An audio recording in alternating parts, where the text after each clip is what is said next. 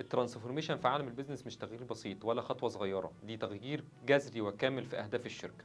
علشان كده في 6 خطوات مهمة جدا محتاجين نتبعها علشان نقدر نعمل تحول قوي للشركة بتاعتنا. أول نقطة، حدد رؤيتك وأهدافك. إيه الهدف من التحول؟ عايز توصل لإيه بالظبط؟ هل عايز تزود الأرباح أو تخفض التكاليف؟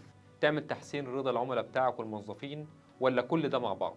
لازم يكون عندك رؤية واضحة وأهداف محددة قابلة للقياس. تاني نقطة، إيه التحديات اللي بتواجهك؟ إيه المشاكل اللي عايز التحول يحلها؟ هل في منافسين جداد في السوق؟ هل عملائك بقوا عاوزين حاجات جديدة أو مختلفة؟ هل في تغييرات في التشريعات أو في الاقتصاد العالمي؟ لازم تحدد التحديات كويس جدا عشان تعرف ازاي توجه الاستراتيجية بتاعتك او التحول بتاعك صح. النقطة اللي بعدها، اعرف وضعك الحالي كويس. ايه النقاط القوة؟ ايه نقاط الضعف؟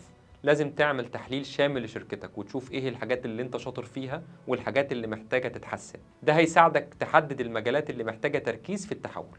النقطة اللي بعدها، ايه امكانياتك الحالية؟ هل عندك فريق عمل مؤهل وقادر على التغيير؟ هل هتحتاج توظيف ناس جداد أو تدريب الموجودين؟ هل مواردك المالية تسمح بالتحول؟ لازم تعرف إمكانياتك الحالية كويس جدا عشان تقدر تبني عليها. النقطة الثالثة، ارسم خطة التحول. إزاي هتوصل لأهدافك؟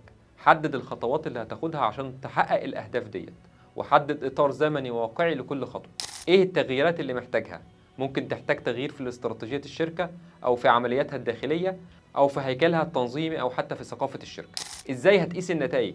حدد مؤشرات الأداء الرئيسية KPIs اللي هتقيس بيها مدى نجاح التحول. اعمل متابعة دورية عشان تتأكد إنك ماشي في الطريق الصح. رابع خطوة، جهز فريقك للتغيير.